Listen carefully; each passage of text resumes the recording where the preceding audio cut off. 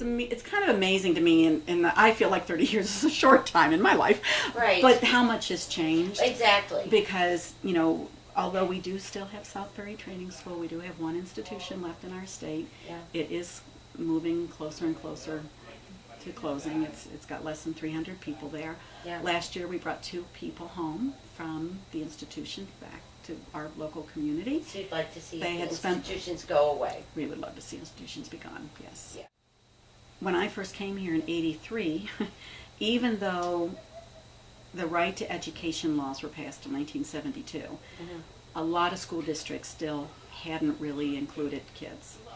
And when I came for my interview, there was actually a classroom here at Star that was staffed by the Norwalk Public Schools with a teacher, and there was a segregated special class for Norwalk. So and inclusion wasn't. we weren't there yet. It wasn't the case and then. so that was one of the first things I said to my boss, going, why do we have a school here? These guys have a right to be in their own school. Yeah. So we got them back. Yeah. But there was a time when, when Star opened, they started the school because there wasn't a right to education. Right.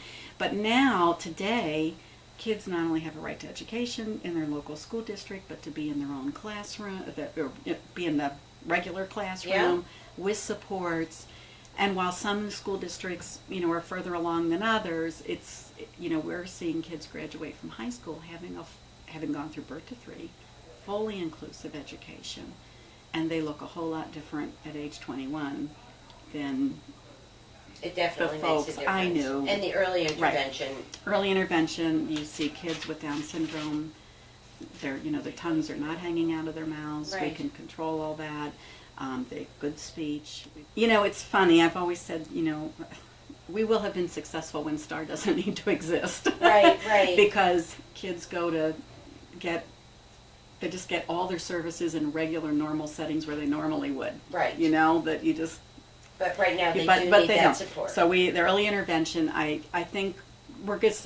Early intervention, I think, is the most visionary. All the services are fully inclusive. They're family friendly. They're individualized. I think, that future. I think we're just going to see changes in technology and therapy that will continue to improve kids' abilities. We're seeing major strides with autism, and that's where I think we're going to see it. In employment, certainly a big commitment for people of all disabilities to have jobs. When I started in the field, we talked about pre-vocational, and there were segregated places to get people ready to go to work. Mm-hmm. And what you learned pretty quick is there was nothing in that environment that got them ready to go to work. Right. Because they needed to be in the environment to learn. Our guys don't always generalize. So teaching somebody how to run a dishwasher on this machine and assuming they can go to a restaurant and run their dishwasher, our guys don't make that generalization. So why not go into the restaurant and teach them on the dishwasher they're going to use? Right. So that whole concept really started in the early 80s. And the idea also that if you can't do the whole job, can we carve a job up? I remember can they do you part of the telling job? me this. Yes. And can we support them on the job? Is it okay to send some staff in to help them or to train the company? Residentially, where we're headed, and a lot of this is coming out of federal Medicaid as well, is full inclusion, small groups, even 6-7 bed group homes are being looked at as institutions. I'm kind of sitting on the fence with that a little bit still, but they're really saying, they're even saying that if you have 2 people in an apartment and they don't interact with anybody but their staff, that's an institution. That we have to be able to support people to know their neighbors, go to church, go shopping, and be included. Okay. And that's a large part of what you're doing. Yes, and so although we have 10 group homes, I don't see us developing a lot more homes like that.